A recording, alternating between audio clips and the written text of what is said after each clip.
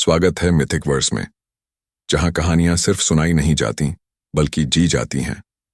पौराणिक कथाओं से लेकर रहस्यमयी लोक कथाओं तक हम आपको सुनाते हैं वो आवाजें जो आपकी कल्पना को नई उड़ान देती हैं। डिस्क्लेमर: यहां प्रस्तुत सभी ऑडियो बुक्स और कहानियां केवल मनोरंजन और शिक्षा के लिए हैं। मूल रचनाओं के अधिकार उनके लेखकों और प्रकाशकों के पास सुरक्षित हैं। हमारा उद्देश्य है कहानियों का जादू आप तक पहुंचाना।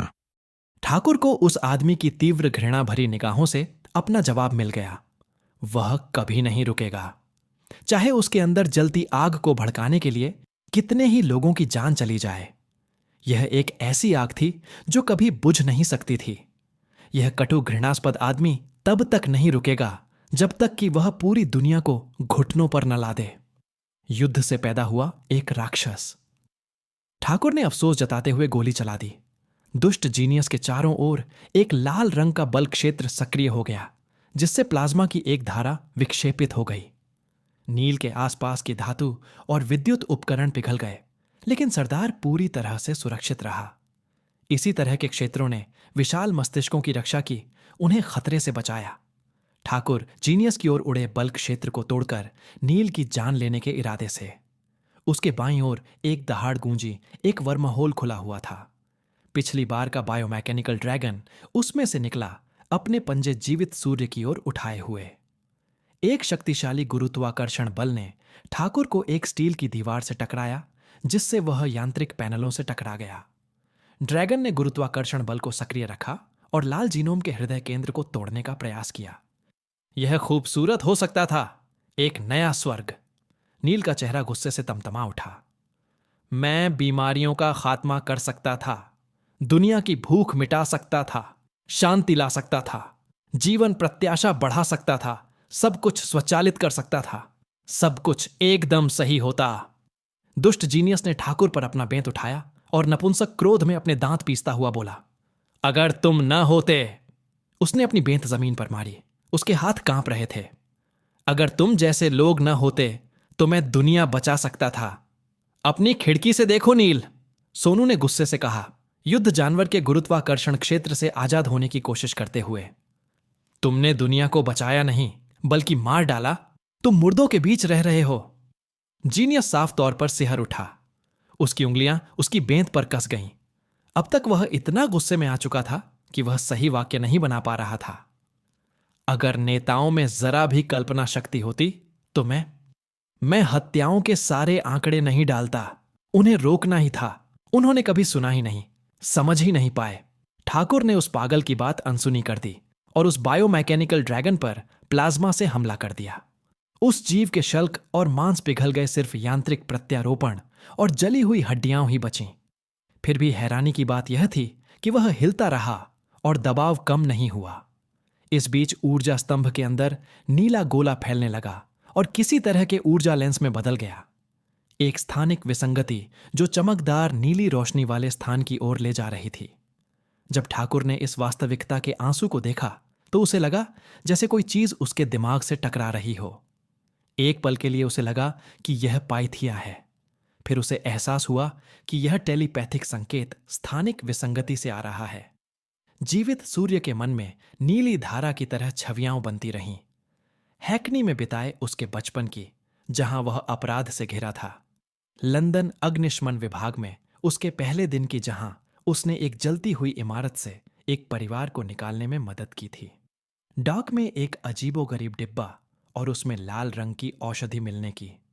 उस दिन की जब उसने और चिराग ने कार्निवल की स्थापना की थी। यह क्या है? ठाकुर ने द्वार और उससे प्राप्त छवियों से मंत्रमुग्ध होकर पूछा।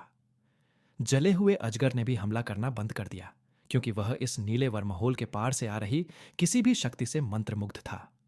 आकाशीय अभिलेख, नील बुदबुदाया। उसकी आंखें विजय से चौड़ी हो गईं। सार्वभौमिक संग्रह, सारा डेटा, सारी जानकारी, सारा ज्ञान, सारे इरादे और भावनाएं, यह सब यहीं से आता है। नीली शक्तियों का, सभी प्रतिभाओं के ज्ञान का स्रोत, शुद्ध बुद्धि का एक नीला संसार। नील ने द्वार पर अपनी छड़ी उठाई। उसका क्रोध उत्साह में बदल गया। सब कुछ यही है। दुनिया के सारे राजा, हर वो चीज जो इसे ठीक कर सकती है, सब कुछ यहीं है। उसने लाल जीनोम की तरफ पीठ करके मन ही मन हंसते हुए कहा, तुम्हें भी इसकी खूबसूरती देखनी चाहिए। मन में छवियों का प्रवाह जारी रहा, लेकिन सोनू के अपने जीवन की तस्वीरें दिखाने के बजाय वे अजीबोगरीब नजारों की ओर मुड़ गईं। विशाल महासागरों से ढकी परग्रही दुनियाएं, जिन पर मछली जैसे जीवों का शासन था, अंतरिक्ष के अंधेरे को रोशन करते सुपरनोवा। इसके साथ मैं फिर से शुरुआत कर सकता हूं, नील ने शेखी बघारी। सब कुछ ठीक कर दो, एक बार वहां पहुंच जाऊंगा तो मुझे सब पता चल जाएगा। ठाकुर ने नीले रंग को दिव्य आकर्षण के साथ देखा, जब तक कि उन्हें कालेपन का एक छोटा सा दाग दिखाई नहीं दिया। टेलीपैथिक सिग्नल तुरंत बंद हो गया, तस्वीरें काली हो गईं, सुविधा केंद्र की स्क्रीन लाल हो गई और लाउडस्पीकरों की धुन बदल गई। चेतावनी, विसंगति पाई गई। चेतावनी, विसंगति पाई गई। चेतावनी, अज्ञात आयाम अभिसरण। नीला छेद अंदर से अंधेरे में डूबा हुआ सा लग रहा था। नीले द्वार के भीतर धीरे धीरे काले धब्बे उभर रहे थे, जिससे वह पूरी तरह से दागदार हो गया था। कमरा मानो जम गया हो। तापमान खतरनाक दर से गिर रहा था। नील को भी अंदाजा नहीं था कि क्या हो रहा है। ये नीली दुनिया नहीं है, ये कहीं और है। ये कुछ ही सेकंड में नीला तारा एक ब्लैक होल में बदल गया, अंधकार का एक ऐसा गोला जहां से कोई प्रकाश बाहर नहीं निकल सकता था। यह शुद्ध सूचना के आयाम का द्वार नहीं था, बल्कि शून्यता और शून्यता का द्वार था। यह सब काला है, नील ने रसातल में देखते हुए बुदबुदाया। और तब रसातल ने वापस देखा। पोर्टल से अंधकार का एक स्पंदन फूट पड़ा, जिसने ड्रैगन कृत्रिम मस्तिष्क और कमरे के अधिकांश भाग को वाष्पीकृत कर दिया। नील के पास चीखने का भी समय नहीं था, क्योंकि उसका बल क्षेत्र गायब हो गया और शून्य ने उसे निगल लिया। ठाकुर को लगा कि ड्रैगन का गुरुत्वाकर्षण क्षेत्र गायब हो गया है और उसका गुरुत्वाकर्षण भी अंधकार में डूब गया है। एक परग्रही शक्ति उसे निगलने की धमकी दे रही थी, जैसे एक ब्लैक होल किसी तारे को निगल जाता है। कोई चीज दूसरी तरफ से उन्हें देख रही थी। काली निगाहें नील को प्याज की तरह परत दर परत छील रही थीं। चमड़ी, मांस, हड्डियां और फिर नीचे की ओर। कुछ ही सेकंड में जीनियस का अस्तित्व मिट गया। उसके परमाणु छिन्न भिन्न होकर नष्ट हो गए। अगर उसका हृदय केंद्र शक्तिशाली गुरुत्वाकर्षण क्षेत्र में उसके शरीर को अक्षुण्ण न रखता, तो ठाकुर का भी यही हश्र होता। अभी भी उसे अपने सौर शरीर की बाहरी परतें बिखरती हुई, उसके अणु नष्ट होते हुए, शून्य में विलीन होते हुए महसूस हो रहे थे। इस चीज की निरंतर निगाह उसे मिनटों में चीर फाड़ कर देती, उसके हृदय केंद्र को नष्ट कर देती, जैसे नील के साथ हुआ था। उसका मानव मन समझ ही नहीं पा रहा था कि वह क्या देख रहा है। एक आकृति जो सोनू को धुंधली सी आंख की याद दिला रही थी, चारों ओर अंधेरे खाली स्थान के बादल से घिरी हुई। वास्तविकता में एक संवेदनशील छेद, एक जीवंत अंधकार, जो प्रकाश को भगाने के बजाय उसे निगल रहा था। एक विशाल सत्ता, इतनी शक्तिशाली, इतनी सर्वशक्तिमान कि उसे देखते ही उनकी वास्तविकता नष्ट हो गई और वह अंदर आने की कोशिश कर रहा था। काला द्वार धीरे धीरे चौड़ा होता गया और उस भयावह निगाह का दायरा बढ़ता गया। द्वार के पीछे की सत्ता देखती रही, अनजान या शायद बेपरवाह कि उसने कितना नुकसान पहुंचाया है। अगर कण त्वरक द्वार का विस्तार करता रहा, नील किसी न किसी तरह साराजेवो में सभी को मार डालेगा। जैसे ही पायथिया के शब्द दिमाग में आए, ठाकुर ने तुरंत द्वार पर प्लाज्मा की एक धारा छोड़ दी। परमाणु विस्फोट जैसी भीषण लपटें, वे शीघ्र ही अस्तित्वहीन हो गए। वे न तो छेद में समा गए और न ही बुझ गए। वे गायब हो गए, न तो गर्मी और न ही धुआं। द्वार के दूसरी ओर की अंधेरी शक्ति ने लियोनार्ड के पलटवार को देखा ही नहीं। उसकी उपस्थिति मात्र से उसकी लपटें बुझ गईं। इस इकाई की तुलना में जीवित सूर्य एक चींटी की तरह लग रहा था, जो हाथी पर हमला करने की कोशिश कर रही थी। अगर वह सीधे पोर्टल को नष्ट नहीं कर सकता था, तो ठाकुर क्या कर सकता था? अगर वह कुछ नहीं करता, तो यह चीज उसे कुछ ही मिनटों में मिटा देती, और फिर किले के साथ भी ऐसा ही करती। कण त्वरक के नष्ट होने से शायद पोर्टल ध्वस्त हो जाता, लेकिन साराजेवो का नामो निशान मिट जाता। कण त्वरक का विनाश। अगर ठाकुर किले को पर्याप्त नुकसान पहुंचा पाता, तो वह द्वार को बड़ा होने से पहले ही ध्वस्त कर सकता था, लेकिन जरूरी विस्फोट, उसकी जान भी जा सकती थी। ठाकुर ने बाहर मौजूद सैकड़ों लोगों के बारे में सोचा, इस उदास तबाह दुनिया में बदलाव लाने के लिए लड़ रहे नायक, पाइथिया जैसे दोस्त जिनके घर पर परिवार हैं, एक दयालु लोकतांत्रिक सभ्यता के पुनर्निर्माण की कोशिश कर रहे सैनिक, अच्छे लोग। ठाकुर ने संकोच नहीं किया। उसने अपनी बची हुई सारी ऊर्जा इकट्ठा की, अपने हृदय केंद्र को ऊर्जा देने वाली किसी भी शक्ति का आह्वान किया और अपने हृदय केंद्र को स्वयं ही विस्फोटित कर दिया। उसका शरीर सफेद हो गया।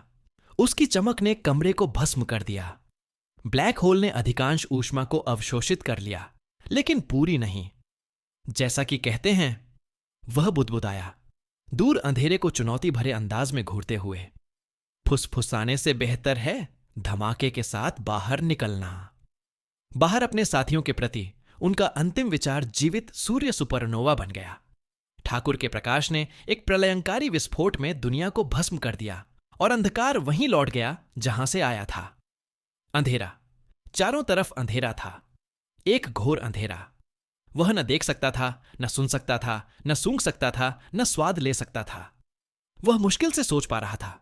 उसे ठंड महसूस हुई। वह सुन्न महसूस करने लगा और सबसे बढ़कर वह अकेला महसूस करता था। क्या यही मौत थी? क्या उस द्वार के पार का अंधेरा ही परलोक था? या शायद यह सब एक भ्रम था? अंतिम अंत से पहले उसके दिमाग की आखिरी हलचल, उसने कभी किसी ईश्वर या परलोक में सच्चा विश्वास नहीं किया था। उसे लगता था कि वह बस गायब हो जाएगा, उसका अस्तित्व ही समाप्त हो जाएगा। अंधकार में अनंत काल बिताने की तुलना में यह एक दया ही होती। जहां तक उसे याद था, उसने हमेशा दूसरों के जरिए जिया था। वह भले ही सूरज जैसा दिखता हो, लेकिन अकेले में उसे कभी गर्मी का एहसास नहीं होता था। इसलिए उसने अपने साथी इंसानों से इस खालीपन को भर दिया था। उनकी खुशियां उसकी अपनी बन गई थीं। अकेलापन उसे हमेशा मौत से भी ज्यादा डराता था। अब वह अपने विचारों के साथ अकेला था, अपने पछतावे के साथ अकेला। उसकी न कभी पत्नी होगी, न कभी बच्चे होंगे। उसने वो शहरी फंतासी किताब नहीं लिखी होगी जिसके बारे में वो हमेशा कहता था। वो कभी लंदन नहीं लौट पाएगा और न ही उन लोगों से मिल पाएगा जिन्हें वो पीछे छोड़ आया था। वो कभी उन दोस्तों से सुलह नहीं कर पाएगा जिनसे वो बुरी तरह बिछड़ गया था। वो कभी कोस्टास का बदला नहीं ले पाएगा या वीर को सजा नहीं दिला पाएगा। उसे कभी पता नहीं चलेगा कि उसके बलिदान से कोई फर्क पड़ा या नहीं। बहुत सारी चीजें अधूरी रह गईं। लेकिन वह इससे सहमत था। उसने कोशिश की थी। उसने अपना सर्वश्रेष्ठ प्रयास किया था। उसे अंधेरे में रोशनी दिखाई दी। उसे ऐसा लगा जैसे वह किसी लंबी सुरंग के अंत तक कार चला रहा हो। हालांकि वह यह नहीं देख पा रहा था कि बाहर निकलने के बाद क्या है। क्या वह स्वर्ग था? क्या वह आखिरी दरवाजा था? क्या ईसाई सही थे या मुसलमान? हिंदू या बौद्ध? सभी सही थे या कोई भी नहीं? वह नहीं जानता था, लेकिन आगे जो कुछ भी उसका इंतजार कर रहा था, वह उसके साथ जी सकता था। वह प्रकाश में प्रवेश कर गया। ठाकुर ने अपनी आंखें खोलीं। स्वर्गदूतों का सामना करने के बजाय वह केवल एक सफेद छत देख सकता था। वह अपने कमजोर इंसानी रूप में लौट आया था, हालांकि कुछ बदलावों के साथ। उसकी काली त्वचा अब किसी तरह बाल रहित हो गई थी और उसकी सारी मांसपेशियां दुख रही थीं। उसकी गहरी आंखें रोशनी के साथ तालमेल बिठाने के लिए संघर्ष कर रही थीं। हालांकि उसने देखा कि दो लोग उसे देख रहे थे। आराम से सोनू। शरारती टेलीपोर्टर एस अपनी दोस्त की तरफ मुस्कुराई। तुम नर्क से ही लौट कर आई हो। आपको जागते देखकर अच्छा लगा सर, राहुल ने कहा। यह अजीब जीनोम हमेशा प्लेग डॉक्टर की पोशाक पहने रहता था, यहां तक कि ठाकुर ने कभी नहीं देखा था कि वह अंदर से कैसा दिखता है। आपने हमें चिंता में डाल दिया था। कहां? जीवित सूर्य की आंखें इतनी अभ्यस्त हो गई थीं कि वह देख पा रहा था। वह किसी अस्पताल में था, बिस्तर पर लेटा हुआ और मशीनों से बंधा हुआ। स्पष्टतः मृत्यु ने अभी तक उसे नहीं लिया था। विसोको, राहुल ने जवाब दिया। साराजेवो से कुछ दर्जन किलोमीटर दूर। लड़ाई के बाद हम यहां से निकल आए थे। हम जीत गए, ऐस खुशी से झूम उठा। हम जीत गए सोनू, हम जीत गए। मैं कितनी देर तक? ठाकुर को शब्द बनाने में दिक्कत हो रही थी। उसका गला सूख रहा था। और दर्द हो रहा था। मैं कितनी देर बाहर था? 3 दिन, राहुल ने उत्तर दिया। और नील का किला? सब कुछ खत्म हो गया। पिघले हुए स्टील और कांच का एक गड्ढा। ऐस अपनी दोस्त को जिंदा देखकर खुश होकर मुस्कुराई। तुमने उस जगह को खूब उड़ाया, राहुल ने रूखे स्वर में कहा। सच कहूं तो हमें विश्वास था कि आप विस्फोट में मारे गए थे। मैं भी, सोनू ने उसी स्वर में उत्तर दिया। ऐसे ने प्लेग डॉक्टर को उसकी असंवेदनशीलता के लिए कोहनी मारी और फिर सोनू की तरफ देखा। हमें मलबे में तुम्हारा मूल मिला, जो हाथ के आकार के एक सफेद गोले में सिमट गया था। तुम्हारी शक्ति को तुम्हारा शरीर फिर से बनाने में कई दिन लग गए साइडकिक की मदद से भी। साराजेवो पर कब्जा कर लिया गया है, हालांकि शहर खंडहर में पड़ा है, राहुल ने बताया। शाइनिंग नाइट और उसका समूह बचे हुए आखिरी रोबोटों को नष्ट करने में व्यस्त हैं, लेकिन उत्पादन कारखाने ध्वस्त कर दिए गए हैं। जीनोम युद्ध समाप्त हो गए हैं। यह अंत था। इन शब्दों ने ठाकुर के कंधे से एक बोझ उतार दिया। उन्होंने खतरनाक जीनोम से लड़ने और युद्धों से मानव जाति को उबारने के लिए पाइथिया के साथ मिलकर कार्निवल की स्थापना की थी। नील पूरी मानवता के लिए सबसे बड़ा खतरा था, और अब वह चला गया था। लगभग 10 साल लग गए, लेकिन शायद मानव जाति आखिरकार पुरानी दुनिया की राख से उठ खड़ी होगी, और किसी चमत्कार से सोनू यह सब झेलने में सफल रहा। शायद उसे अपनी कुछ मान्यताओं पर पुनर्विचार करना चाहिए। द्वार के उस पार उस प्राणी को देखने और मृत्यु के निकट अनुभव के बाद उसे लगा कि शायद धर्म भी कुछ सच कह रहे हैं। राहुल ने गला साफ किया। हालांकि सोनू ने दोहराया। प्लेग डॉक्टर ने कहा, बहामुट अब अंतरिक्ष में गहरी कक्षा में है, हमारी पहुंच से बहुत दूर। कोसैक ने उसे नीचे लाने की कोशिश की, यहां तक कि जी फोर्स से उसकी आधी हड्डियां भी टूट गईं, लेकिन उसकी गति इतनी तेज नहीं थी। किसे परवाह है? ऐस ने ज्यादा आशावादी होते हुए पूछा। इसे चालू करने वाला कोई नहीं बचा है? नील के कुछ ठिकाने बचे हैं, राहुल ने निराशा से जवाब दिया। और जब हमारा दुश्मन और उसके साथी सब मर चुके हैं, तो इस बात की कोई गारंटी नहीं है कि कोई और उपग्रह को हैक करने का कोई रास्ता नहीं खोज पाएगा।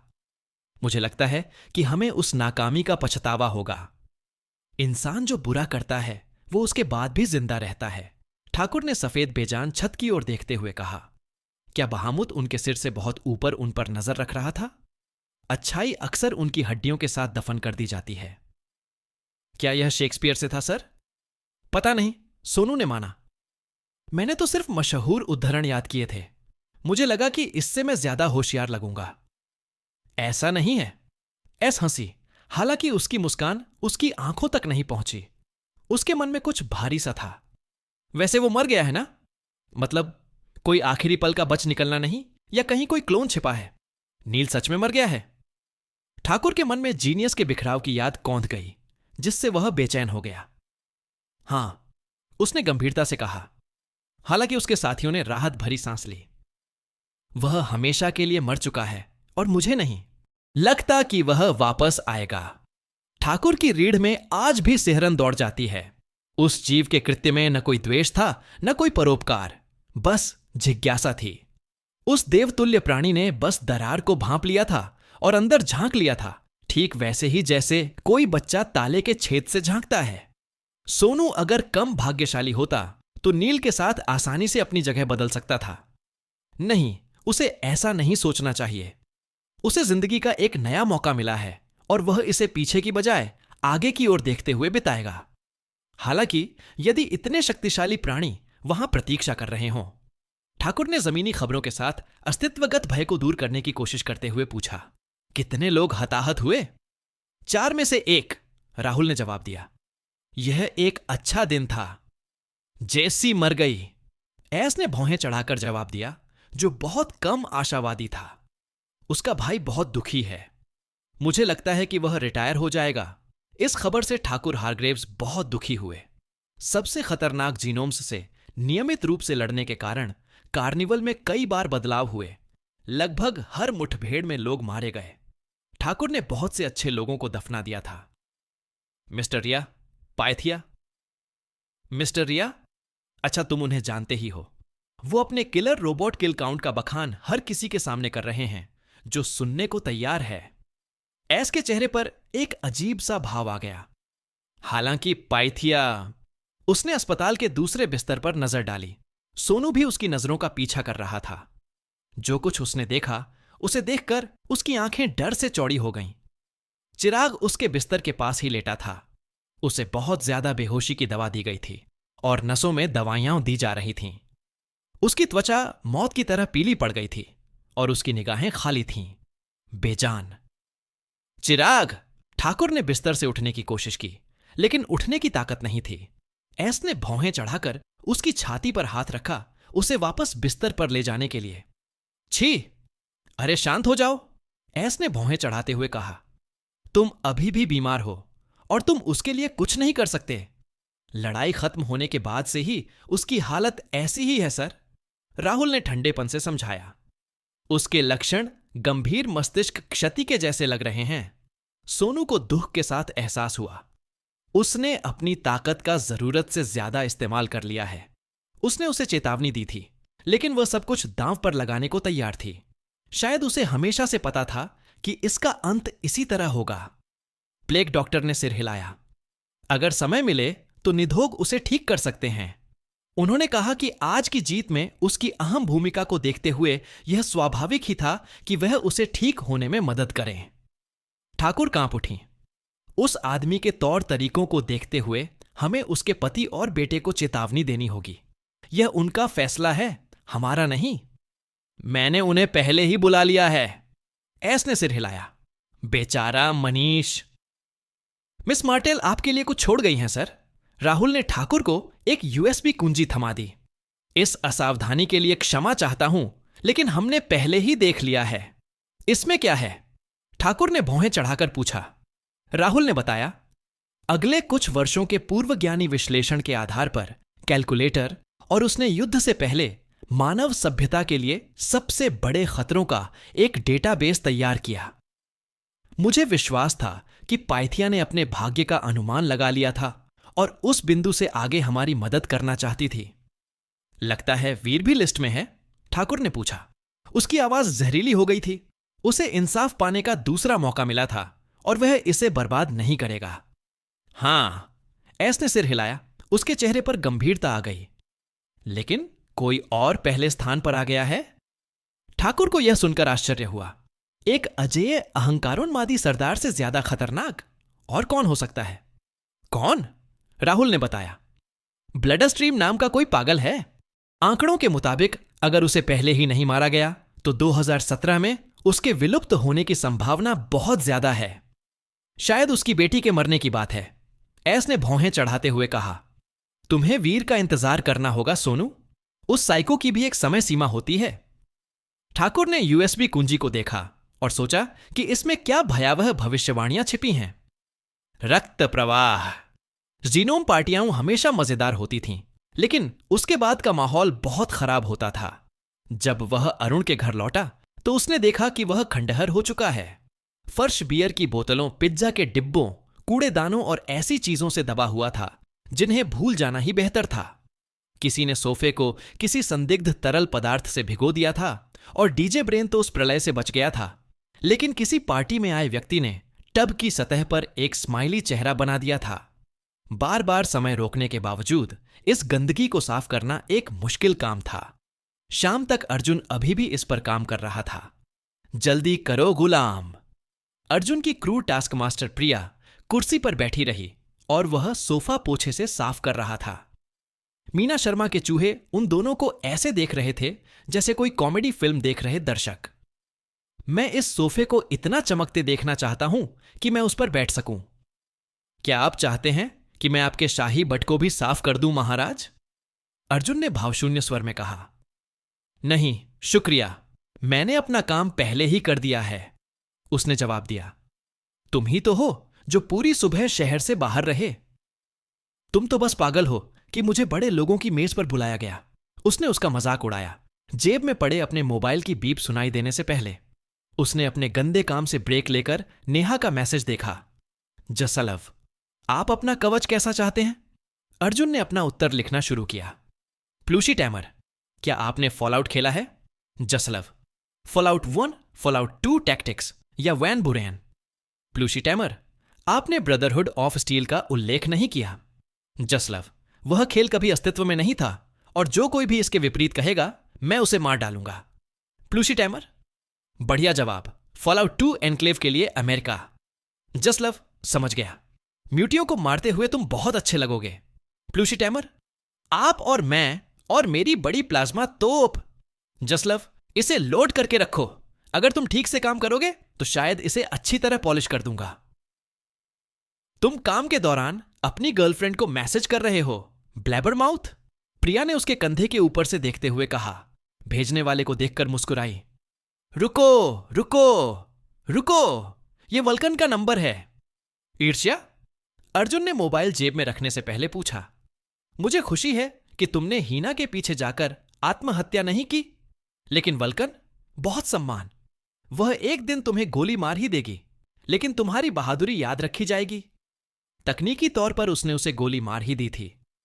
खैर, मुझे हम दोनों के लिए काम करना पड़ा क्योंकि तुम्हें कोई डेट नहीं मिल रही थी।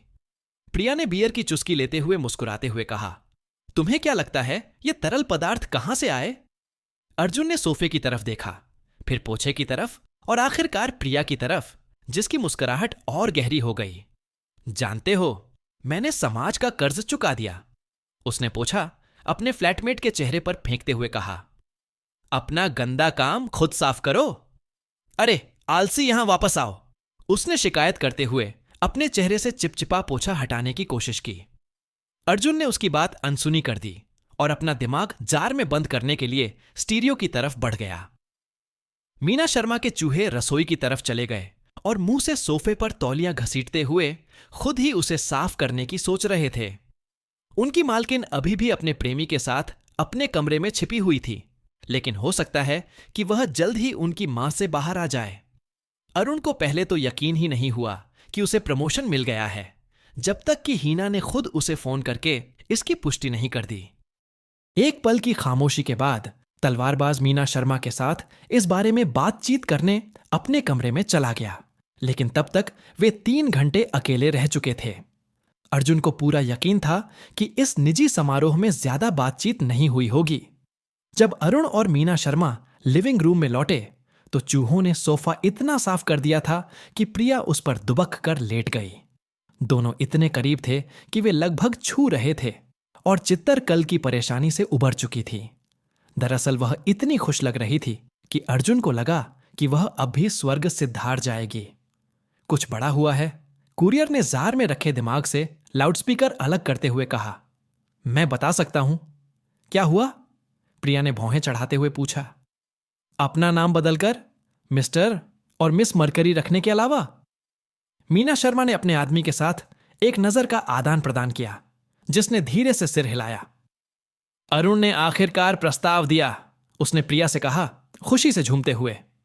उसकी सहेली ने पलकें झपकाईं। बिल्कुल नहीं। बधाई हो, अर्जुन ने अंगूठा उठाकर कहा, जबकि चूहे अपने नन्हे हाथों से ताली बजा रहे थे। तुम्हें सबको बताना चाहिए। और तुमने स्वीकार कर लिया? प्रिया ने मीना शर्मा से एक बेवकूफी भरा सवाल पूछा। बिल्कुल, मैंने हां कह दिया।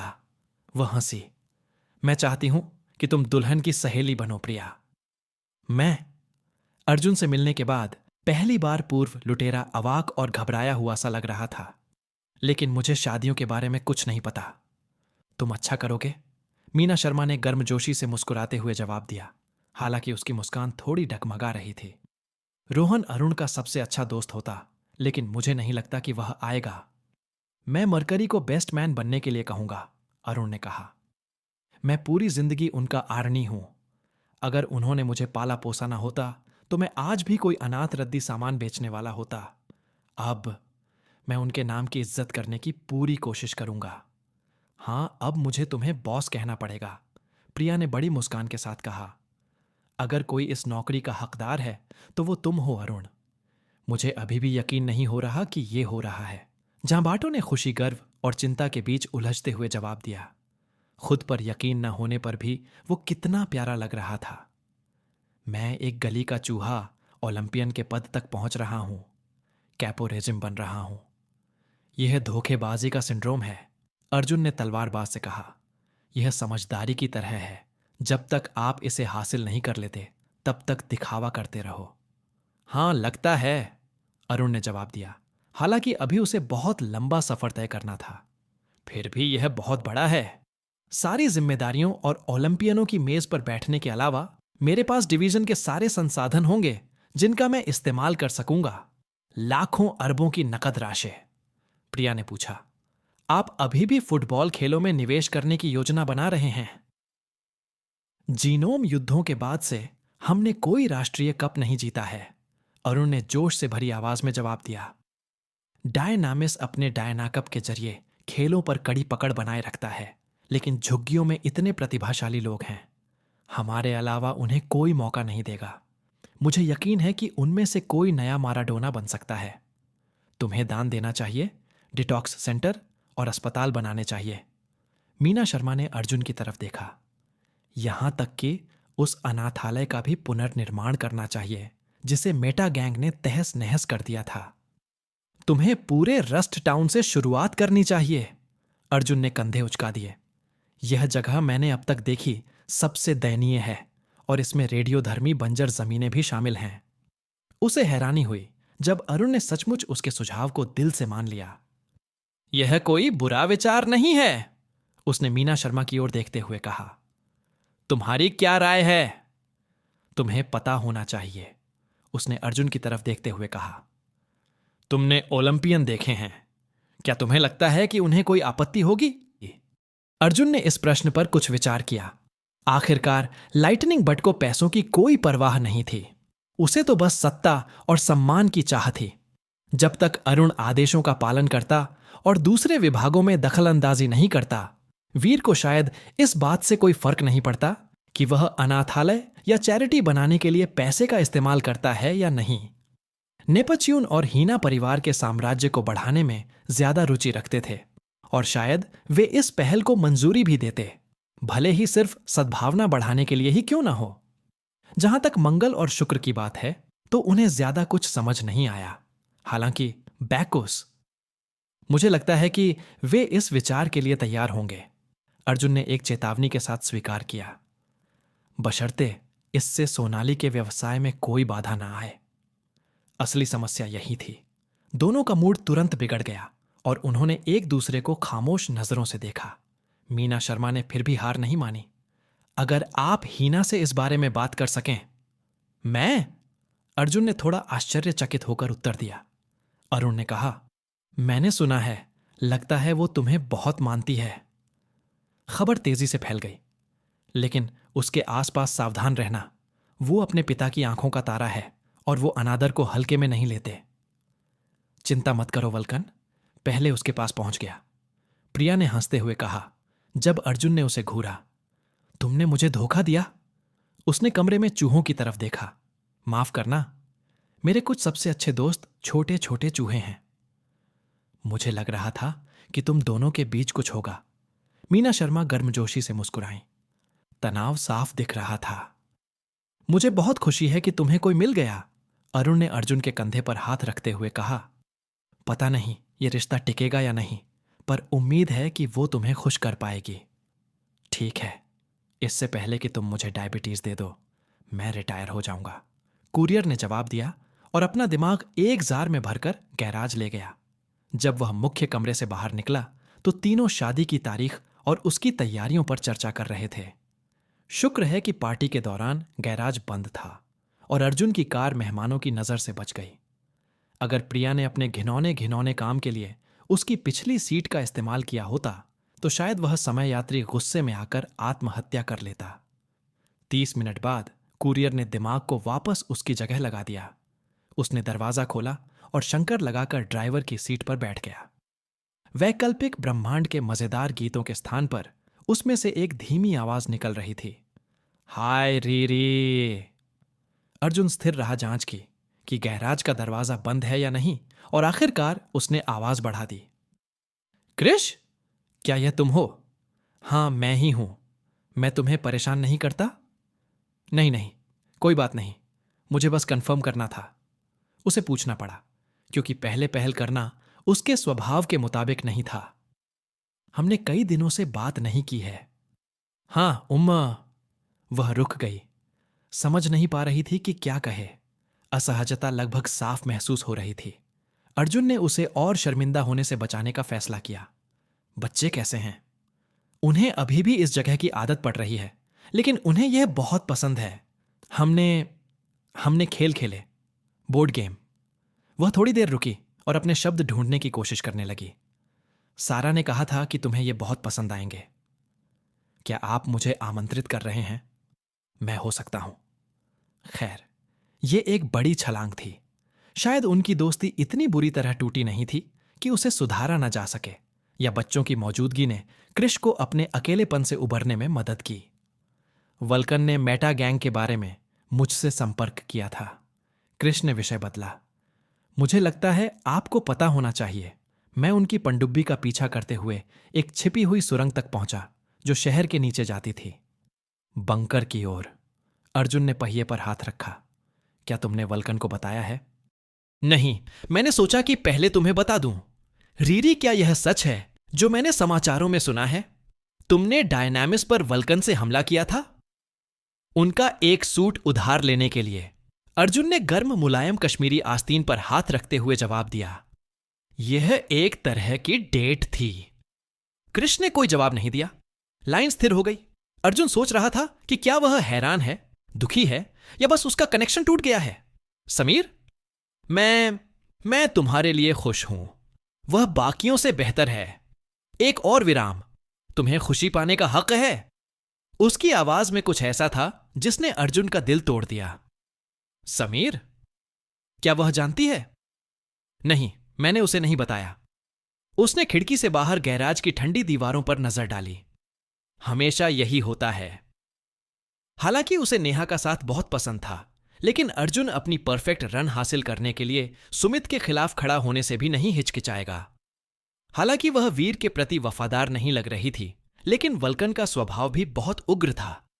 इतना कि उसने पिछले लूप में कुरियर की हत्या करने की कोशिश की थी। उसके अच्छे इरादों के बावजूद वे अंततः एक दूसरे के विपरीत हो सकते थे, और उसके लगभग सभी रिश्ते एक चक्र के अंत में टूटकर बिखर गए। किसी से बहुत ज्यादा जुड़ जाने से उसका अंत और भी ज्यादा दिल तोड़ने वाला हो जाता। मैं समझ गया, कृष्ण ने गला साफ करते हुए कहा, लेकिन शायद इस बार नहीं। अर्जुन का सिर उत्सुकता से ऊपर उठा। तुम्हें कोई हल मिल गया? मुझे भी ऐसा ही लगता है, उसने सवाल पूछने से पहले कहा। आप अपने दोनों स्व को एक सीध में लाकर अपना टाइम स्टॉप बनाते हैं, है ना? तो 10 सेकंड की अवधि में दोनों समयावधियां आपस में जुड़ती हैं। मैं समझ रहा हूं कि यह कहां जा रहा है, कुरियर वाले ने उदास होकर कहा।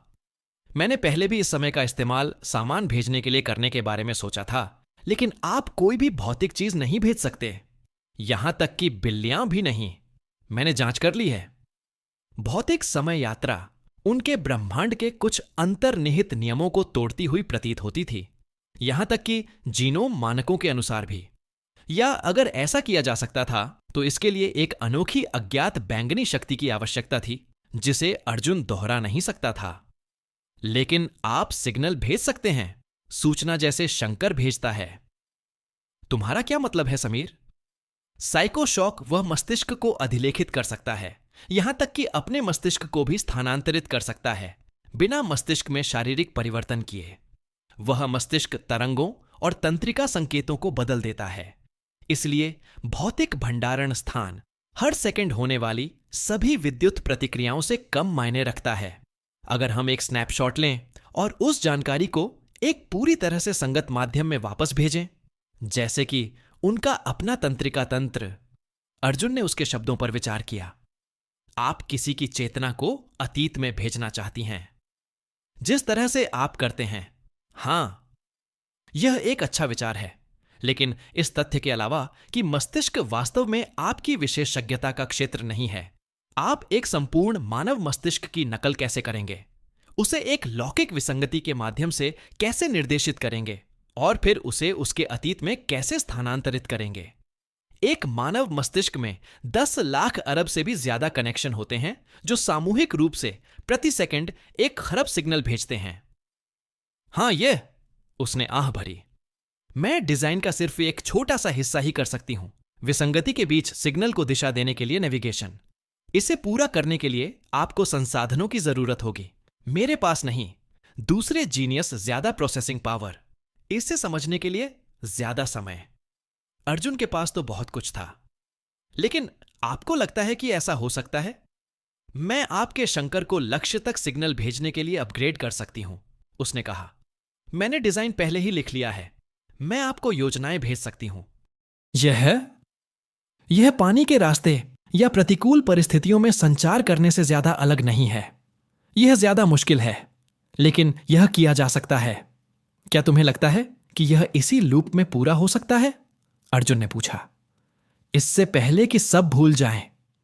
कृष की चुप्पी अपने आप में एक उत्तर थी। वहां, उसने गला साफ किया, एक जगह है जहां शायद तकनीक हो। नील का बंकर। मेटा गैंग वहां जरूर होगा। अपने मौजूदा संसाधनों और खुफिया जानकारी के साथ अर्जुन को शक था कि वह बेस के सभी साइकोज को हरा पाएगा। उसे अभी भी खास तौर पर शाम से छुटकारा पाने का कोई तरीका नहीं सूझा था, और सोहम गुप्ता पिछली बार की तरह निश्चित रूप से बंधकों का इस्तेमाल करेगा। मैं मदद कर सकता हूं, कृष्ण ने तर्क दिया। आपने अनाथालय की रक्षा में मेरी मदद की, तो कम से कम मैं तो आपका एहसान चुका सकता हूं। अगर तुम फिर से मेरे सामने मर गए तो मैं अपना ख्याल खुद रख सकती हूं, उसने झुंझलाहट से जवाब दिया, लेकिन कुछ समझ नहीं आया। फिर अर्जुन ने कोई जवाब नहीं दिया। उसके विचार अपने डायनेमिक्स लूप की ओर मुड़ गए, और एसिड रेन ने उन्हें कैसे उड़ा दिया था। शायद आप सुमित से पूछ सकते हैं, कृष्ण ने सुझाव दिया, क्योंकि उसके पास कोई समाधान नहीं था। अर्जुन ने किसी निर्णय पर पहुंचने से पहले संभावनाओं पर विचार करते हुए झिझकते हुए कहा। नहीं, उसने कहा, नहीं, बिल्कुल नहीं। और लाइटनिंग बट को असल में देखने के बाद अर्जुन उसे नील के शस्त्रागार तक पहुंचने नहीं दे सका। संगठन के सदस्य अच्छे थे, लेकिन शीर्ष पर बैठा आदमी एक बहुत बड़ा बदमाश था। अगर उसे नील की तकनीक मिल जाती तो वीर शायद उसका इस्तेमाल मौत के लिए कर देता।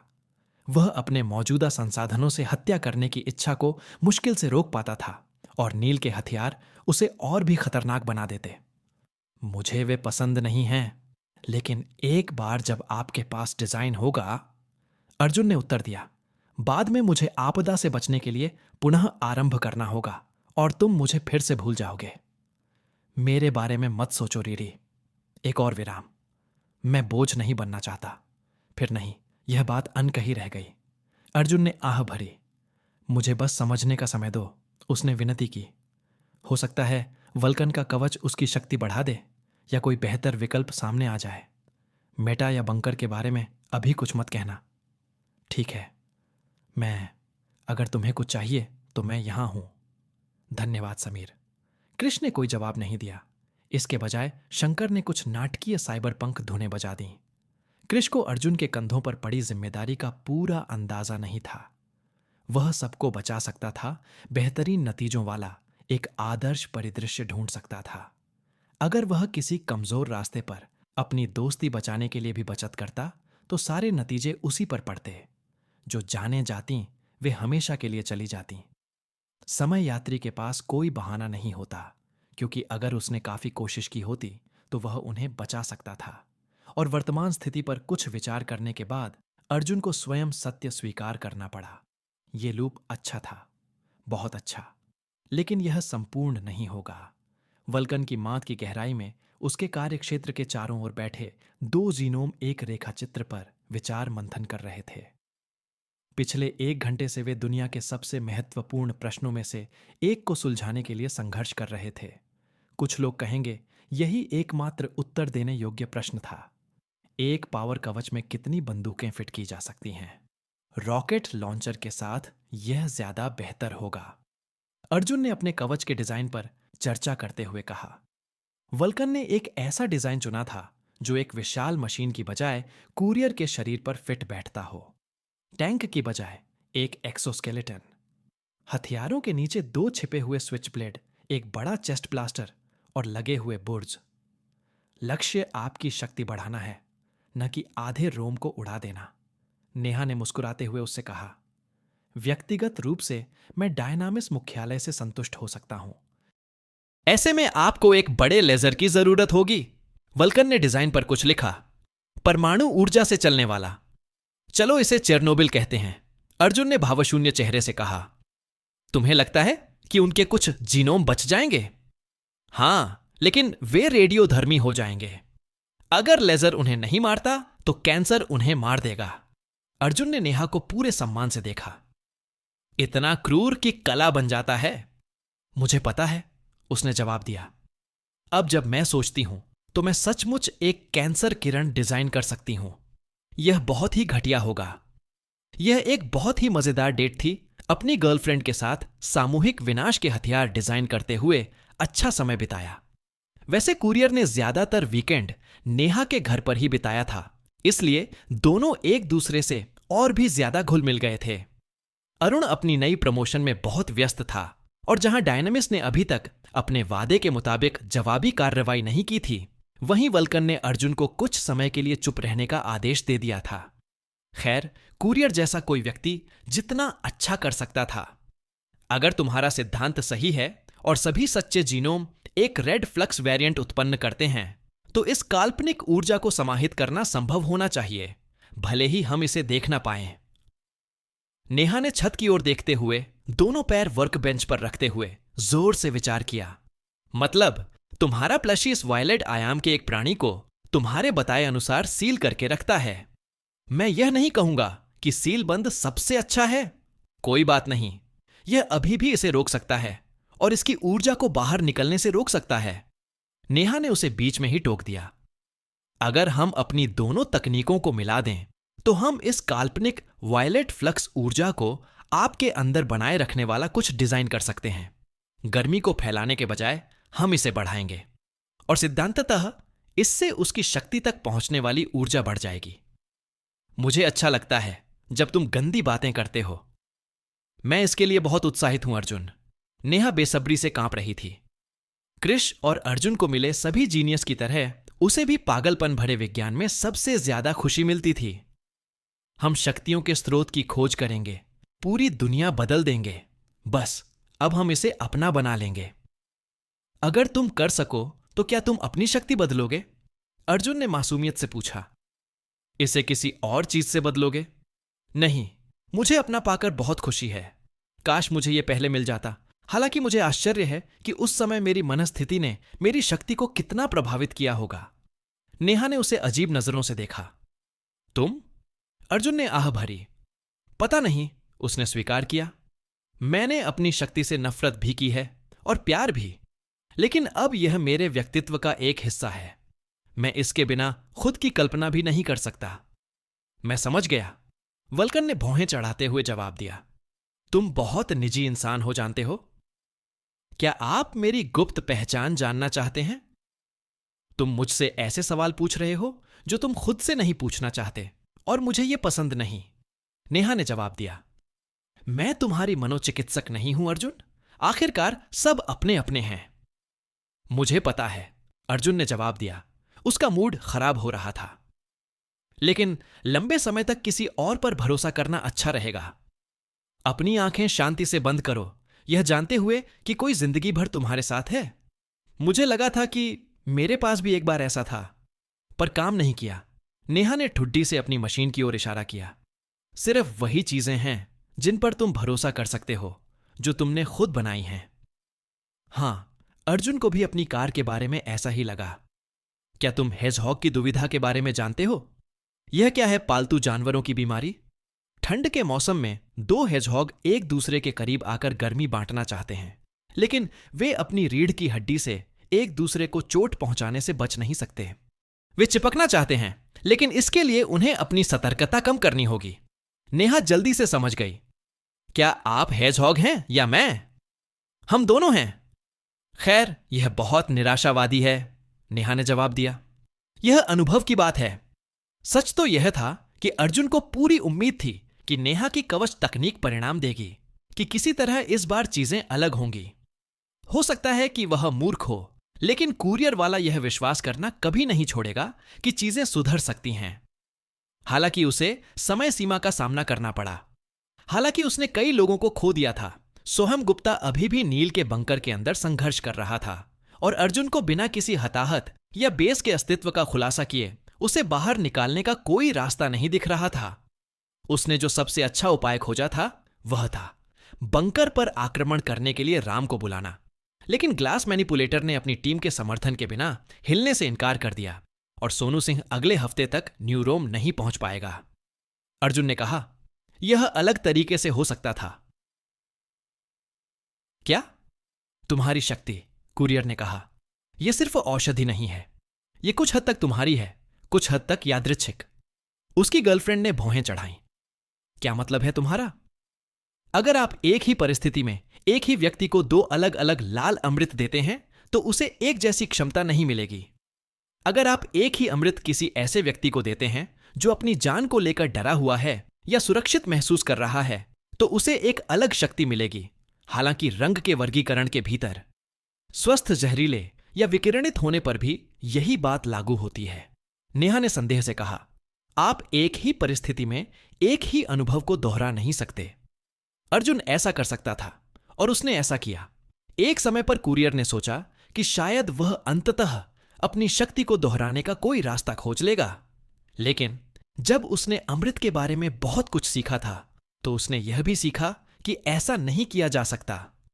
नेहा अपनी सीट से उठी, पानी की बोतल उठाई और अर्जुन की गोद में ऐसे बैठ गई मानो वह इस जगह की मालकिन हो।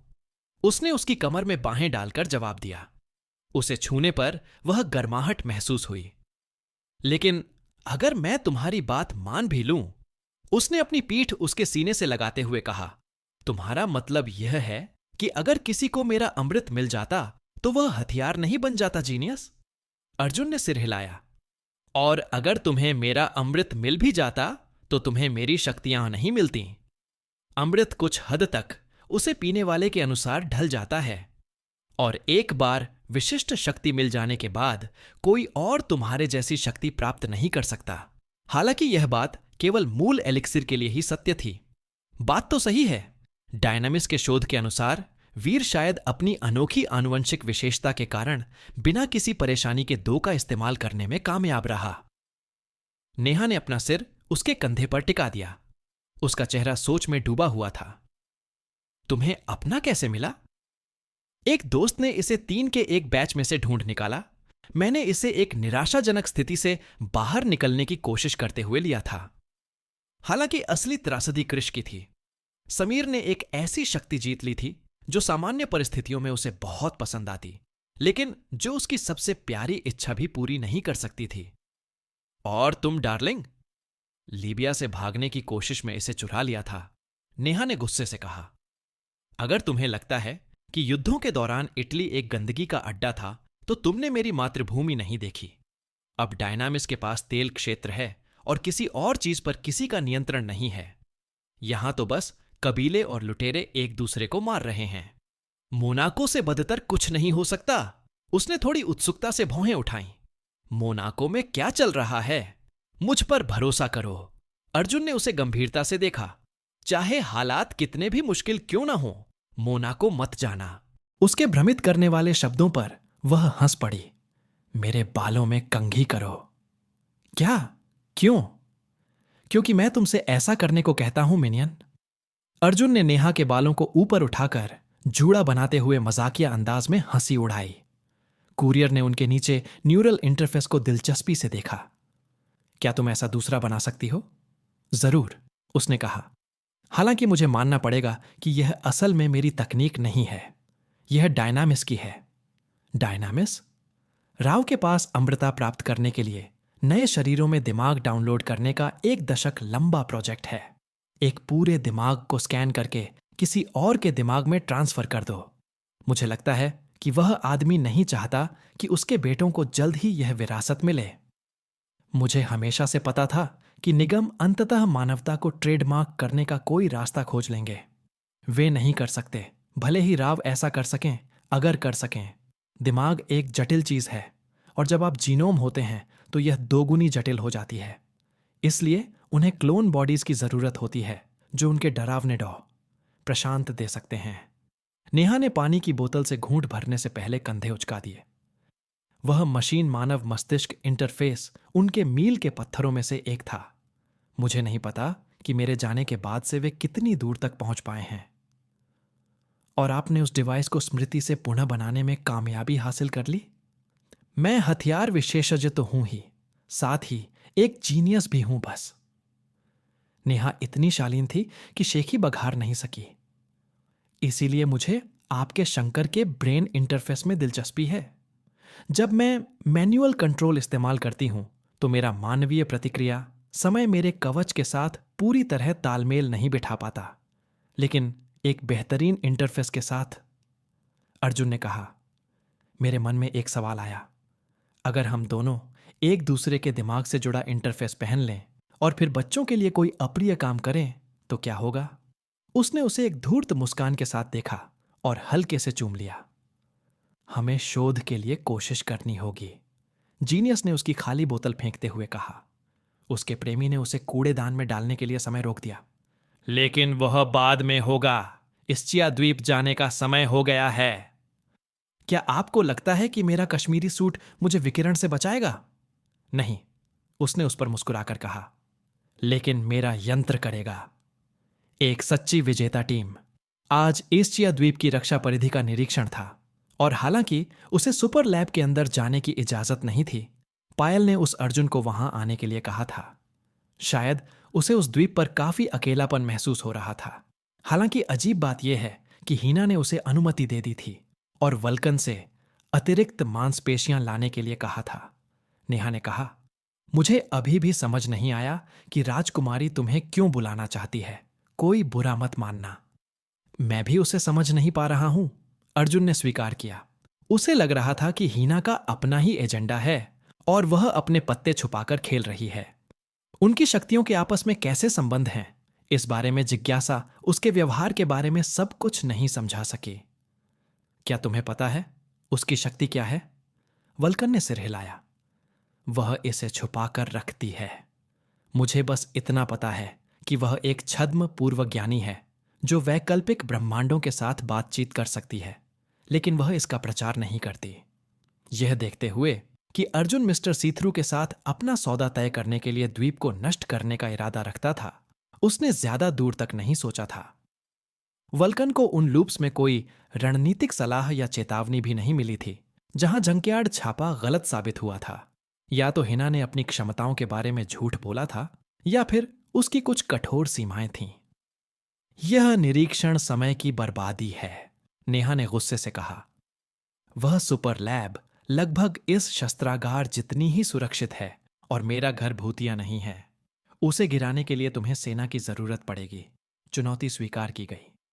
और यदि डायनामिक्स के पास वास्तव में एक मस्तिष्क अपलोड करने की परियोजना थी तो अर्जुन को भी उनसे मिलने की आवश्यकता होगी। कृष्ण ने पहले ही उसे अपने संचार प्रणाली का डिजाइन भेज दिया था।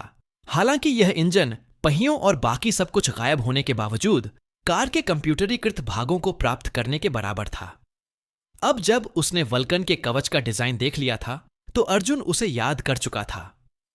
अगर वह कृष की तकनीक को नेहा की तकनीक के साथ मिला सके, उसे शंकर से जोड़ सके और डायनेमिक्स के पास जो भी ब्रेन स्कैन उपलब्ध हो उसे चुरा सके, तो शायद वह अब अकेला नहीं रहेगा। बहुत समय बाद पहली बार अर्जुन को आशा की किरण दिखी। इस्चिया द्वीप कभी स्वर्ग हुआ करता था।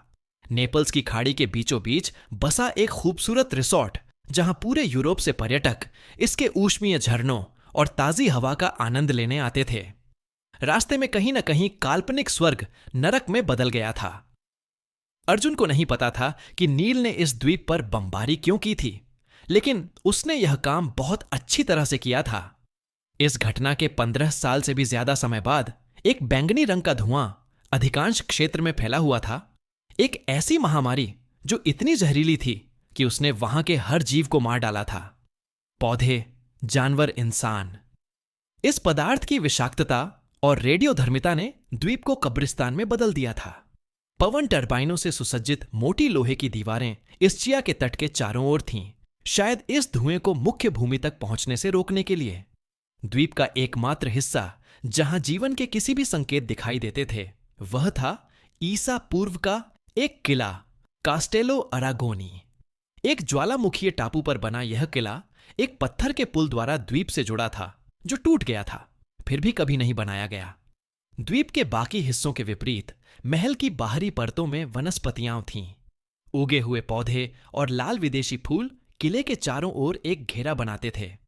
वल्कन ने सुरक्षा पर भी कोई कसर नहीं छोड़ी थी। प्राचीन पत्थर की दीवारों पर मानव रहित बुर्ज और स्वचालित वायुरोधी सुरक्षा व्यवस्था मौजूद थी।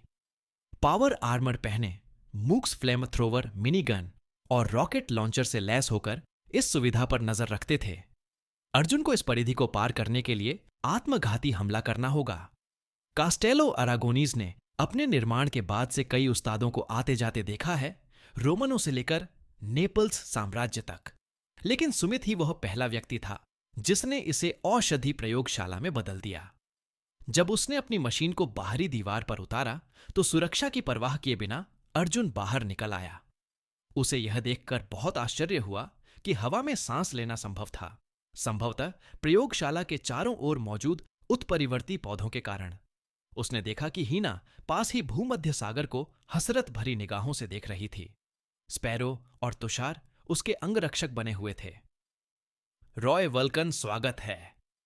हीना ने नए लोगों का विनम्रता से अभिवादन किया, जबकि वल्कन अपने सूट से बाहर निकली। बख्तरबंद सैनिकों ने तुरंत अर्जुन की जांच की, कहीं उसने द्वीप पर कोई खतरनाक चीज तो नहीं लाई है। खैर, सामान्य से ज्यादा खतरनाक। मैं आपकी समय निष्ठा की कद्र करती हूं। हमें समूह भ्रमण के लिए समय पर पहुंचना था, अर्जुन ने भावशून्य स्वर में कहा। तुषार ने शिकायत करते हुए कहा, बेचारे, तुषार को अंत में कोई मुफ्त कैंडी नहीं मिली। मुझे डर है कि तुम्हें अंदर नहीं जाने दिया जाएगा, रॉय, हीना ने कहा। इस सुविधा का अंदरूनी कामकाज हमारे कुलीन सदस्यों को छोड़कर बाकी सभी के लिए बेहद गोपनीय है। इसके बजाय तुम बाहर ही रहोगे और अगर हम पर हमला हुआ तो कर्मचारियों की मदद करोगे। कुरियर ने पूछा, क्या मुझे मेथ कुक इंटर्नशिप नहीं मिल सकती? नहीं, पर मुझे यकीन है कि जब हमारा काम पूरा हो जाएगा तो पायल तुम्हें बगीचे दिखाएगी। हीना ने खाली जगह से बात करते हुए कहा। गेस्ट प्लीज, शर्माओ मत। बाहरी दीवारों पर बर्फीली हवा चल रही थी और एक घर के आकार की पीली एक्टोप्लाज्मिक खोपड़ी समूह के ऊपर प्रकट हुई। रंगीन धूल और अलौकिक ऊर्जाओं का एक घूमता हुआ भंवर उस घूरती हुई प्रेतात्मा को घेरे हुए था। हाय दोस्तों! लेकिन भूत की धीमी सहज आवाज उसके भयावह रूप से बिल्कुल अलग थी। किसी ने भी चौंक कर कोई प्रतिक्रिया नहीं दी थी, शायद इसलिए क्योंकि वे एक ऐसी दुनिया में रहते थे जहां चीजें कहीं ज्यादा अजीब थीं। कोई घोस्टबस्टर्स को बुलाओ, अर्जुन ने कहा। हमारे यहां भूतों की समस्या है। मैं फ्रांसवा हूं, विशाल खोपड़ी ने सहजता से उत्तर दिया। या गीस्ट? मुझे कैस्पर द घोस्ट ज्यादा पसंद है, अर्जुन ने नेहा की हंसी उड़ाते हुए कहा। और हां, तुम्हारा नाम तो फ्रांसवा है, पर तुम जर्मन उपनाम इस्तेमाल करते हो। तुम इन आत्मघृणा करने वाले फ्रांसीसी लोगों में से तो नहीं हो, है ना? मैंने स्पेक्ट्रे का उपयोग करने के बारे में सोचा, लेकिन जेम्स बॉन्ड पहले ही वहां पहुंच गया। तुम्हारे पूरे अस्तित्व के कई भयानक निहितार्थ हैं, वल्कन ने कहा। यानी इसका मतलब है कि एक भयानक परलोक है। अर्जुन को लगा कि यह बस पीले अमृत की अजीब हरकतें हैं, लेकिन कैस्पर भी उससे सहमत था। स्वर्ग पूरी तरह से पीला और सुनहरा है, हालांकि मुझे बस एक झलक ही मिली है, भूत ने कहा। मैं वहां वापस जाने की कोशिश कर रहा हूं, लेकिन अभी तक दरवाजे बंद हैं। उम्मीद है कि फादर टॉर्क मुझे भूत भगाने में कामयाब हो जाएंगे। क्या आपने आत्महत्या की कोशिश की है? अर्जुन ने सुझाव दिया। मुझे पता है कि यह बिल्कुल कैथोलिक नहीं है, लेकिन हो सकता है कि आप किसी लाश पर कब्जा करके फिर से खुद को मार डालें। अगर आप बार बार कोशिश करेंगे तो शायद यह कामयाब हो जाए। मैंने सब कुछ करने की कोशिश की। आग, रस्सियां, परमाणु विस्फोट। खोपड़ी एक पल के लिए कुछ नहीं बोली। आखिरी वाला काम अभी नहीं किया है, उसने स्वीकार किया। तुम नहीं करोगे? हीना ने अचानक गंभीर स्वर में कहा। मैं इसकी इजाजत नहीं दूंगी। सबसे बुरी मौत तो आग से होती है, कैस्पर द घोस्ट ने तर्क दिया। उसकी खोपड़ी कांप रही थी। पका हुआ मांस इतना दर्दनाक होता है कि यह आपको शाकाहारी बना देता है, अर्जुन ने कहा। रस्सी अब तक की सबसे बेहतरीन आत्महत्या विधि है। यह दर्दनाक जरूर है, लेकिन अगर आप इसे सही तरीके से करें तो यह अजीब तरह से मजेदार हो जाती है। हालांकि इसे काबू में करने के लिए काफी मशक्कत करनी पड़ती है। तुषार ने दुखी स्वर में कहा, 3 में से केवल एक आत्महत्या का प्रयास सफल होता है। मुझे अन्य 2 के लिए बहुत बुरा लग रहा है। तुषार, उन्हें प्रोत्साहित मत करो, स्पैरो ने उसे डांटा। गेस्ट, कृपया हमलावरों से सावधान रहना, हीना ने सबको चुप कराते हुए कहा। आज हालात अच्छे नहीं हैं। मैं अपने नजरिए से वैकल्पिक वास्तविकताओं को समझ सकती हूं, लेकिन हाल ही में उनमें से बहुत सी चीजें अंधकारमय हो गई हैं। अंधेरा मतलब तुमने लाइट बंद कर दी? नेहा ने भावशून्य स्वर में कहा। अंधेरे में मैं उनमें मर गई, उसने रॉय की तरह ही बेपरवाही से कहा। इतनी जल्दी कि मुझे कारण समझ ही नहीं आया। खैर, यह तो अशुभ है, अर्जुन ने कहा।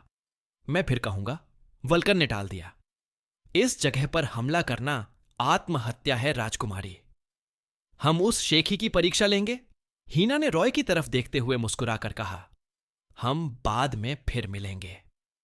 नेहा सुमित राजकुमारी और उसके अंगरक्षकों के पीछे पीछे सुविधा केंद्र के अंदर चली गई, अर्जुन और कैस्पर को बाहर छोड़कर। कुरियर ने समुद्र की ओर देखा। उसके मन में एक साधारण सा सवाल था, वह इस द्वीप को कैसे उड़ा सकता है? मैं जीत गया, अर्जुन ने बाहरी दीवार की छाया में फूलों के बगीचे पर आराम करते हुए कहा। फिर से? गीस्ट ने शिकायत की। खेल पर नजर रखने वाले भूत ने संदेह भरे भाव से कहा। जाहिर है उसका काल्पनिक खोपड़ी जैसा चेहरा शायद भेंगा भी हो। यह नामुमकिन है, मैं कैसे हारता रह सकता हूं?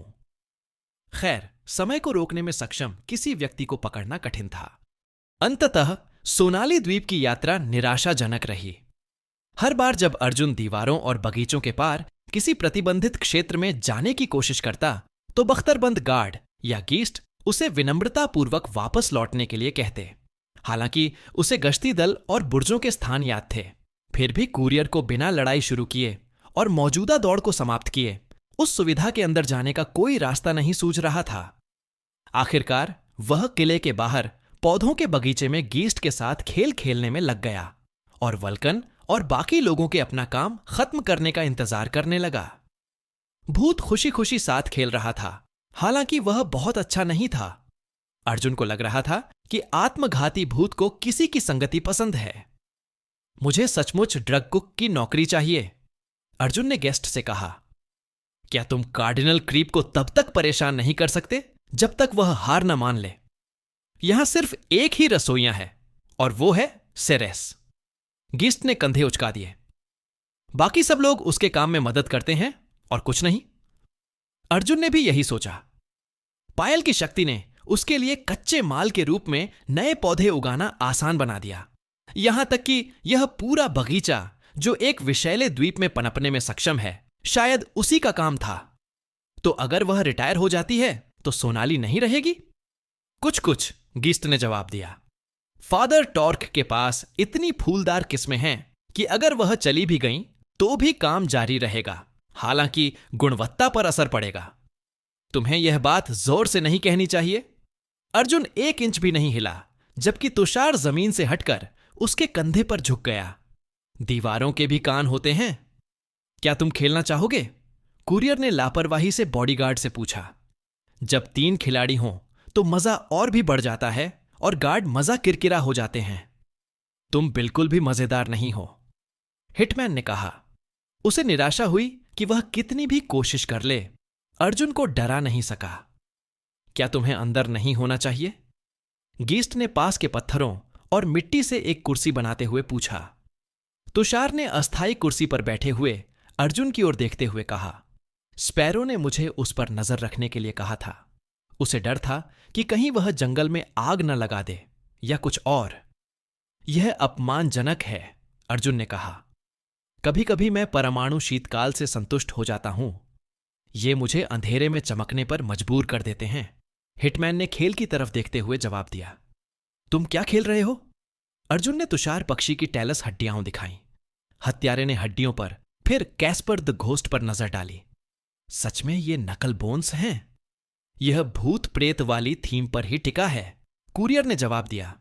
खेलना चाहोगे? यह एक पुराना तरीका है, पूरी तरह से किस्मत का खेल।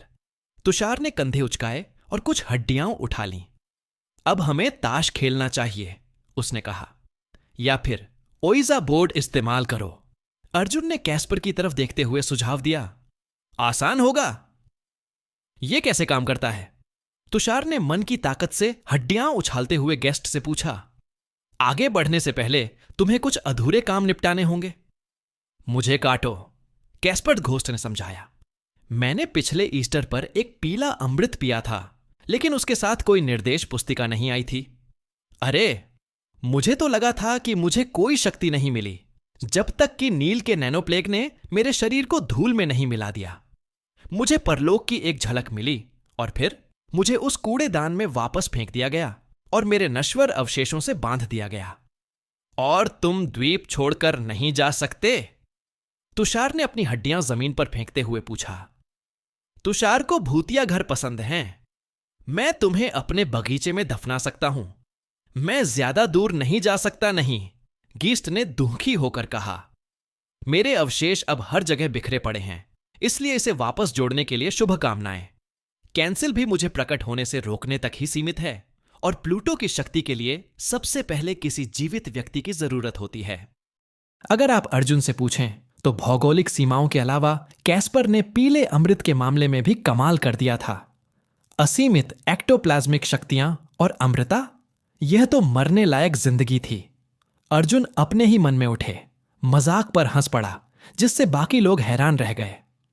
सच कहूं तो मैं तो बस एक जमीन का रखवाला हूं जो इस जगह की सफाई कर रहा हूं और अंत का इंतजार कर रहा हूं, गीस्ट ने जमीन पर और हड्डियां फेंकने से पहले कहा।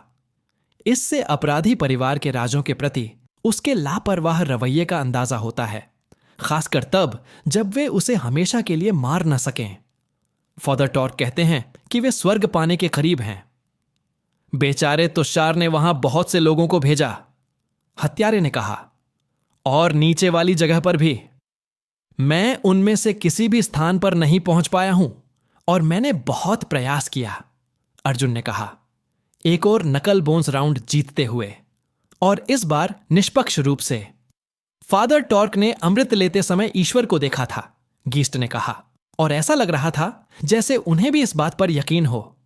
उन्हें लगता है कि सोनाली जैसी शक्तिशाली मनोविकारक औषधि उस प्रभाव को दोहरा सकती है और उन्हें दिव्य रहस्योद्घाटन प्राप्त करा सकती है। मुझे यकीन नहीं है कि यह काम करेगा या नहीं, लेकिन एक भूत हमेशा उम्मीद कर सकता है, अर्जुन ने कहा। मुझे उम्मीद है कि सोनाली का ओवरडोज लेने से पहले सेरेस अपनी सभी दीर्घकालिक स्वास्थ्य समस्याओं का समाधान कर लेगा, खासकर बांझपन की समस्या। हालांकि मुझे लगता है कि एक पादरी के लिए इससे कोई खास फर्क नहीं पड़ेगा। बांझपन? गीस्ट ने थोड़ा आश्चर्यचकित होकर पूछा। मुझे पता है कि स्वास्थ्य सुरक्षा आपकी प्राथमिकताओं में सबसे ऊपर नहीं है, लेकिन यकीन मानिए, अपने ही उत्पाद के नशे में मत डूबिए। अर्जुन ने सभी दवाओं का गहराई से अध्ययन किया था, सिर्फ शोध के लिए। अन्य दुष्प्रभावों के अलावा सोनाली एक दीर्घकालिक अंतःस्रावी विघटनकारी के रूप में कार्य करती है, जो आनुवंशिक स्तर पर काम करती है। उनके बढ़े हुए चयापचय के कारण जीनोम ज्यादा प्रभावित नहीं होते, लेकिन बाकी सभी 1 साल बाद कमोबेश बांझ हो जाते हैं। ओह वो, तुषार ने कंधे उचका दिए। मैंने अफवाह सुनी थी, लेकिन बेचारे तुषार से पूछो तो यह सिर्फ डायनामिक्स का प्रोपेगेंडा है। वो बेहतर प्रोडक्ट नहीं बना सकते, इसलिए हमारे प्रोडक्ट को नीचा दिखाते हैं। अर्जुन ने हत्यारे की ओर देखा, आंखें सिकोड़ी और फिर समय रोक दिया। जब यह फिर से शुरू हुआ तो कुरियर ने तुषार का मुखौटा पकड़ लिया था और नीचे देखा था। उसका असली चेहरा लॉरेंस फिशबर्न जैसा ही लग रहा था। वहीं पीछे हटती हुई हेयरलाइन, वहीं कोमल चेहरे, वहीं मॉर्फियस जैसी चमक। अरे मेरी गुप्त पहचान! तुषार ने अपना खोपड़ी वाला मुखौटा वापस पकड़ते हुए शिकायत की। तुम तो बूढ़े भी नहीं हो, अर्जुन ने बेहद निराश होकर शिकायत की। ज्यादा से ज्यादा उसकी उम्र 40 के आसपास रही होगी। इतना उदास होने के लिए तुम 30 साल जल्दी हो गए। बेचारा तुषार अंदर से बूढ़ा है, हत्यारे ने नकाब वापस लगाते हुए कहा। वो तो बूढ़ा है। यह एक वयस्क के शरीर में एक भावुक किशोर की आत्मा की तरह है। इससे पहले कि अर्जुन उस हत्यारे का और मजाक उड़ा पाता, उसके कोट के अंदर से उसका फोन बज उठा। कुरियर वाले ने फोन तो उठा लिया, लेकिन नंबर नहीं पहचान पाया। फोन उठाते हुए उसने पूछा, रॉय डिलीवरीज, मैं आपकी क्या मदद कर सकता हूं? गुस्सा? समीर? रुको, क्रिश के पास फोन था। क्या यह तुम्हारा गुमाह है? तुषार ने मजाक में पूछा। उसे अब भी मुखौटे वाले हिस्से की याद आ रही थी। वल्कन इससे खुश नहीं होगा। अर्जुन ने जाते हुए हड्डियां तुषार के चेहरे पर फेंकी और वे हंसते हुए हत्यारे के मुखौटे से टकराकर वापस लौट गईं। शायद उसकी अमूर्तता केवल अकार्बनिक पदार्थों के माध्यम से ही काम करती थी। मैं शंकर पर आपसे संपर्क नहीं कर पाया, कृष्ण ने कहा। उसकी आवाज तनावपूर्ण और चिंतित थी और अर्जुन पृष्ठभूमि में बच्चों की बातचीत सुन सकता था।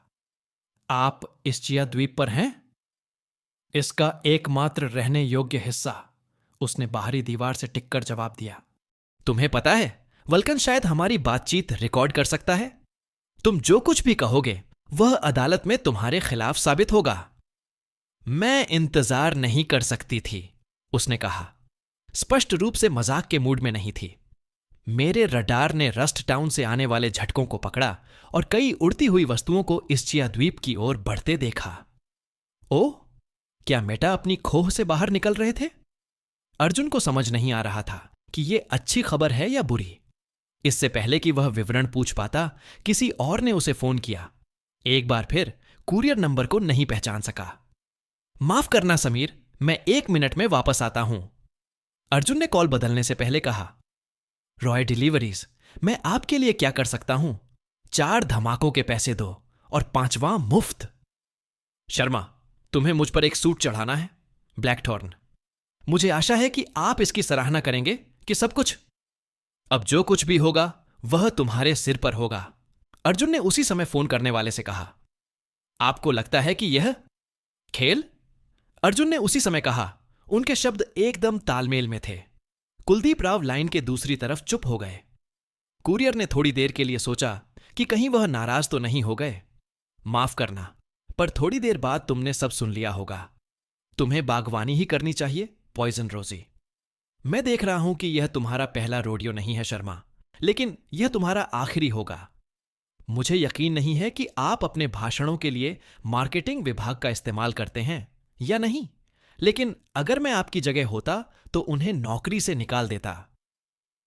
हालांकि अर्जुन इस बात से खुश था कि उसने अपना कट्टर दुश्मन बना लिया है। क्या तुमने धमकियां देने के लिए फोन किया है? शायद अपनी खोई हुई इज्जत वापस पाने के लिए मुझे द्वंद्व युद्ध के लिए चुनौती दो। कुछ भी इतना पुराना नहीं, कॉर्पोरेट मास्टरमाइंड ने अपने अगले शब्दों पर विचार करते हुए कहा। सच कहूं तो मैं आपको धन्यवाद देना चाहता था। आप वहां सफल हुए जहां मैं सालों से असफल रहा। यह तो नया था। शानदार लग रही हो। तुम लोग व्यावहारिकता को कमजोरी समझ रहे हो, कुलदीप ने अर्जुन के प्रहार को अनसुना करते हुए कहा। तुम सोचते हो कि हमने तुम्हें इतने लंबे समय तक रहने दिया, इसलिए हम शिकार बन गए। तुम गलत हो। हम बस इतना जानते हैं कि युद्ध व्यापार के लिए बुरा है। युद्ध में कोई विजेता नहीं होता, बस हारने वाले अलग अलग होते हैं। मुझे यकीन नहीं है कि मैं समझ पा रहा हूं। मेरे पिता एक व्यावहारिक व्यक्ति हैं, कुलदीप ने समझाया। उनका मानना है कि हम आपके बॉस के साथ शांति बनाए रख सकते हैं, लेकिन मैं और मेरा भाई बेहतर जानते हैं। आप कोई राज्य या निगम नहीं हैं जिसके साथ हम सह अस्तित्व में रह सकें। आप सामंती सरदार हैं जो सिर्फ ताकत समझते हैं। और जब आपने हमारे मुख्यालय पर हमला करने की हिम्मत की तो डॉन राव ने आखिरकार आपकी भाषा बोलने का फैसला किया। सोचिए आगे क्या होने वाला है। एक दोस्ताना चेतावनी कि आगे से हद न करें। खैर, यह तो अशुभ था। क्या यह मुकदमे की बात है या सार्वजनिक अपमान का बदला? नहीं शर्मा, यह तो उससे भी आगे की बात है। ब्लैकथॉर्न का संयम थोड़ा टूटा और उसकी सच्ची भावनाएं कॉर्पोरेट मुखौटे से बाहर आ गईं। हमने एक कार्यशील समाज के पुनर्निर्माण के लिए वर्षों तक संघर्ष किया है। अब हम एक ऐसे चौराहे पर हैं जहां 2 दृष्टिकोण आमने सामने हैं। जो प्रबल होगा वही तय करेगा कि पृथ्वी की राख से कौन सी नई दुनिया उभरेगी। और मैं अपने विवेक से वीरता को मानवता का भविष्य नहीं बनने दे सकता। सच कहूं तो उसकी बात में दम था, कम से कम सैद्धांतिक रूप से तो। रस्ट टाउन पर एक नजर डालो, अर्जुन ने बिल्कुल भी प्रभावित न होते हुए जवाब दिया। देखो, तुम्हारे ऊंचे विचार कहां हकीकत से मिलते हैं। हम हमेशा चीजें सुधारने में कामयाब नहीं होते, यह मैं मानता हूं, लेकिन मेरे और आपके संगठन में फर्क यही है कि कम से कम हम कोशिश तो करते हैं। फिर एक छोटा सा विराम। क्या आपने जॉर्जियो रोजा के बारे में सुना है शर्मा? जॉर्जियो रोजा, जॉर्जियो रोजा, रोज आइलैंड गणराज्य? वह पागल आदमी जिसने बीच समुद्र में एक तेल प्लेटफॉर्म बनाया और उसे एक स्वतंत्र राष्ट्र कहा। आप तो संस्कारी आदमी हैं, कुलदीप ने कहा। उसका स्वर ठंडे से बेहद प्रसन्नता में बदल गया। मुझे लगता है आपको भी याद होगा कि उसके दुष्ट द्वीप का क्या हुआ था। अर्जुन ने भौहें चढ़ाईं, फिर समुद्र की ओर देखा। आसमान में काले धब्बे दिखाई दिए जो सूरज की रोशनी में द्वीप की ओर उड़ रहे थे। इसे इतालवी सरकार ने डुबोया था। ब्लैकथॉर्न ने उससे बात करना बंद कर दिया। अर्जुन ने फिर कृष की बात दोहराई। रीरी, क्या हो रहा है? डायनामिक्स के बारे में जो चाहो कहो, अर्जुन ने कहा, और जैसे ही धब्बे आकार लेने लगे, इस्चिया द्वीप पर एक जोरदार चेतावनी गूंज उठी। ये सब छाल नहीं है। 30 युद्धक हेलीकॉप्टर 10-10 के 3 समूहों में सोनाली उत्पादन केंद्र की ओर बढ़ रहे थे। अर्जुन ने इन मॉडलों को सैन्य परिवहन और नौसैनिक युद्ध के लिए अनुकूलित NH-990 के रूप में पहचाना। ये संभवतः 300 सैनिकों या शायद उससे भी ज्यादा को ले जा सकते थे। ये तो बहुत सारे मूर्ख हैं, अर्जुन ने कहा। उसे रस्ट टाउन के छापे की याद आ गई। बस इस बार वो ही शिकार बना था। मैं आ रहा हूं, कृष ने अचानक कॉल समाप्त करने से पहले कहा। अर्जुन ने धीरे से मोबाइल वापस जेब में रख लिया, जबकि गीस्ट आसमान की ओर देख रहा था। हेलीकॉप्टरों के अलावा कुछ जीनोम भी हमलावर दल के पीछे उड़ान भर रहे थे। हमेशा की तरह संदिग्ध वाइवर्न के अलावा, जिसने अभी तक रूप नहीं बदला था। अर्जुन ने एक आदमी को देखा जिसने लाल और हरे पंखों से बनी एक शानदार बाज जैसी पोशाक पहनी हुई थी। हवाएं उसे जमीन से ऊपर उठा रही थीं। उसकी कमर के चारों ओर एक छोटा सा बवंडर बन रहा था। एक लाल चमड़ी वाली मांसल अमेजन उसके पीछे पीछे चल रही थी, अपने पैरों से आग की लपटें छोड़ रही थी ताकि वह ऊपर उठ सके।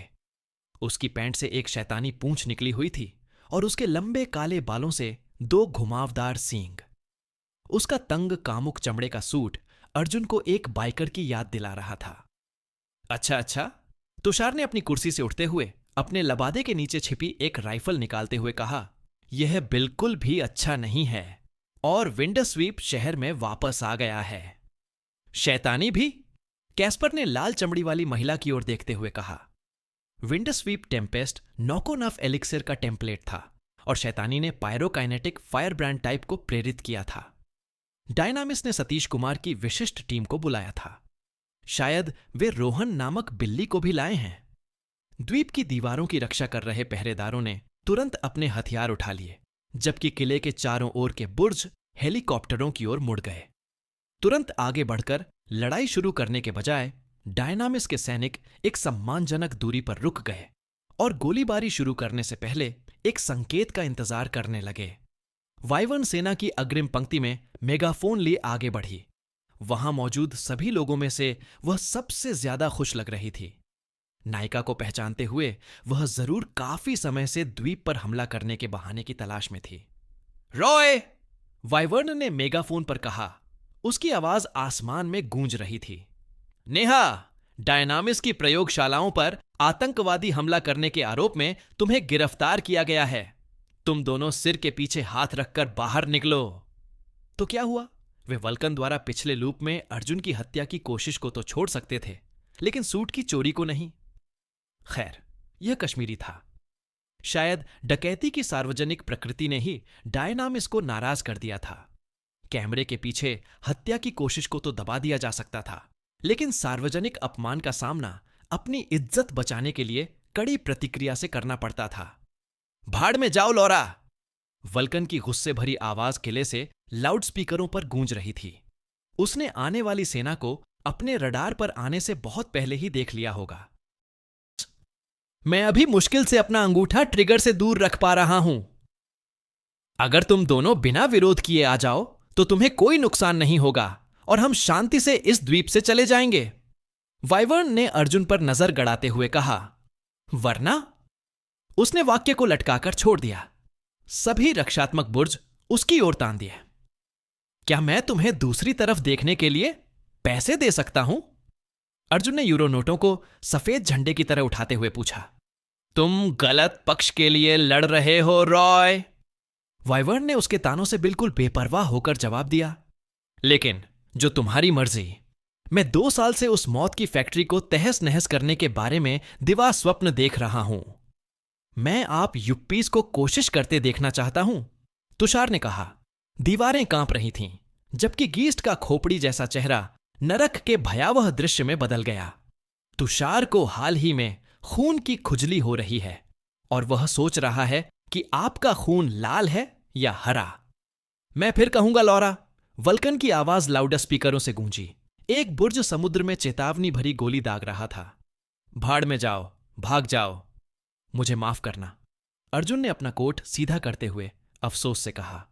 लेकिन तुम्हें वह सूट वापस देना एक सच्चा युद्ध अपराध होगा। मैं इसे नहीं मान लूंगा, वाइवर्न ने बेहद खुश होकर कहा। अच्छा, अब मुझे पीछे हटने की जरूरत नहीं है। नायिका ने तुरंत मेगाफोन को समुद्र में फेंक दिया और उसका आकार बदलने लगा तथा वह एक विशाल ड्रैगन में बदल गया। सच कहूं तो, उस ताकतवर जानवर ने दहाड़ते हुए कहा। उसकी जोरदार आवाज पूरे द्वीप में गूंज उठी। मैंने पहले कभी इतना बड़ा ड्रग भंडाफोड़ नहीं किया। जैसे ही बुर्ज और हेलीकॉप्टर एक दूसरे पर गोलियां बरसाने लगे, अर्जुन ने समय रोक दिया, तुषार की कुर्सी की ओर मुड़ गया और उसे समुद्र की ओर कर दिया। कूरियर बैठ गया, अपने बालों के पीछे हाथ रखे और आतिशबाजी देखने के लिए समय को फिर से चलने दिया। राम चाहते थे कि यह द्वीप नष्ट हो जाए और अर्जुन ने हमेशा अच्छा प्रदर्शन किया। ओपन वर्ल्ड गेम्स खेलते समय अर्जुन को हमेशा एआई को उसके ही खिलाफ खड़ा करना बहुत पसंद था। एक राक्षस को बस्ती के रास्ते पर ले जाना और फिर मनोरंजन के लिए एनपीसी को कंप्यूटर जनित दुश्मनों से लड़ते देखना। कूरियर को यह हमेशा सुकून देने वाला लगता था। वास्तविक जीवन का दृश्य बहुत अधिक तनावपूर्ण था। डायनामिस की हवाई सेना ने मिसाइलों की बौछार कर दी थी, जिन्हें नेहा की हवाई रोधी रक्षा प्रणाली ने उड़ान के बीच में ही नष्ट कर दिया था। गीस्ट, जो अब एक इमारत के आकार का एक भयानक भूत बन गया था, ने भी कुछ प्रक्षेपास्त्रों को दूरगामी बल से पुनः निर्देशित किया, जिससे 2 हेलीकॉप्टर उड़ गए। दुर्भाग्य से सुमित को दुश्मन जीनोम्स के साथ ज्यादा सफलता नहीं मिली। अजेय वाइवर्न ने किले की बाहरी दीवार को तोड़ दिया था, जिससे पत्थर चारों तरफ उड़ रहे थे। पायरोकाइनेटिक डेविलरी ने ऊपर से सुपरलैब की सुरक्षा पर बमबारी शुरू कर दी थी, बुर्जों को निशाना बनाकर, और एरोमैंसर विंडस्वीप ने गीस्ट को पीछे हटाने के लिए एक छोटा बवंडर बुलाया था। अरे रॉय बेचारे, तुषार से शर्त लगाना चाहते हो? तुषार ने बिना किसी छुपे हेलीकॉप्टरों पर गोलियां चलाते हुए कहा। गोलियां और गोले उसके शरीर से बिना किसी नुकसान के गुजर गए। जो सबसे ज्यादा लाशें मारेगा वही जीतेगा। क्या गैर घातक टेकडाउन गिने जाते हैं? अर्जुन ने पूछा। कूरियर अभी भी अपनी कुर्सी पर बंदूक लिए बैठा था और मिसाइलों को किले पर गिरने से पहले ही उड़ा देने के लिए टाइम स्टॉप और सटीक निशानों का इस्तेमाल कर रहा था। क्योंकि मैंने अपना सबसे अच्छा युद्ध विरोधी हेलीकॉप्टर सामान घर पर ही छोड़ दिया था। एक प्रक्षेपास्त्र उसके स्थान पर लक्षित था, इसलिए कूरियर ने समय रोक दिया, कुर्सी को दूर कर दिया और जब वह सुरक्षित स्थान पर पहुंच गया तो समय को पुनः शुरू कर दिया। दिखावा, तुषार ने बिना प्रभावित हुए कहा। तुम तो जाह्नवी से भी बदतर हो। अरे मुझे उस बात से चिढ़ है, अर्जुन ने विरोध करते हुए कहा। जब उसकी गोलियां खत्म हो गईं तो उसने अपनी बंदूक फेंक दी। मैं परफेक्ट दिखने की कोशिश करता हूं, जबकि उसकी ताकत सारा काम कर देती है। सच कहूं तो अर्जुन थोड़ा चिंतित होने लगा था। किले की मानव और स्वचालित सुरक्षा व्यवस्था ने अच्छा प्रतिरोध किया। डायनामिस आगे बढ़ रहा था और कूरियर सोच रहा था कि वीर अपनी दवा फैक्ट्री पर सार्वजनिक हमले पर कैसी प्रतिक्रिया देगा। अर्जुन को शक था कि जल्द ही अतिरिक्त सैनिक आएंगे और पहले से ही अराजक स्थिति को एक बड़े झगड़े में बदल देंगे। संक्षेप में कहें तो वह इंतजार नहीं कर सकता था। कुछ रक्षात्मक बुर्जों के गिर जाने के बाद हेलीकॉप्टर बाहरी दीवार पर उतरने में कामयाब रहे।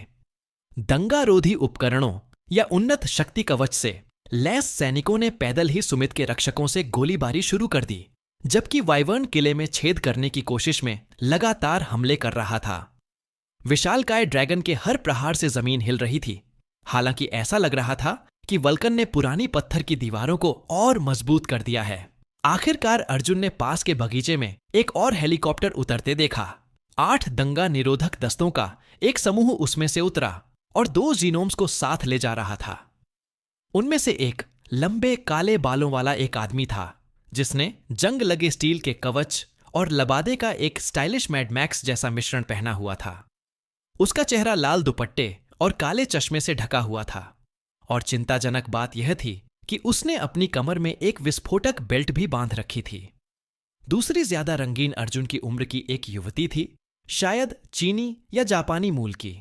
उसने कुरियर को युद्ध पूर्व के पॉप की इन मूर्तियों की याद दिला दी, रंगे बाल, सुंदर चेहरा और प्यारी भूरी आंखें।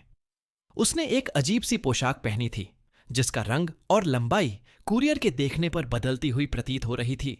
उसकी चमकदार शर्मीली मुस्कान उसके आसपास की अराजकता के विपरीत थी।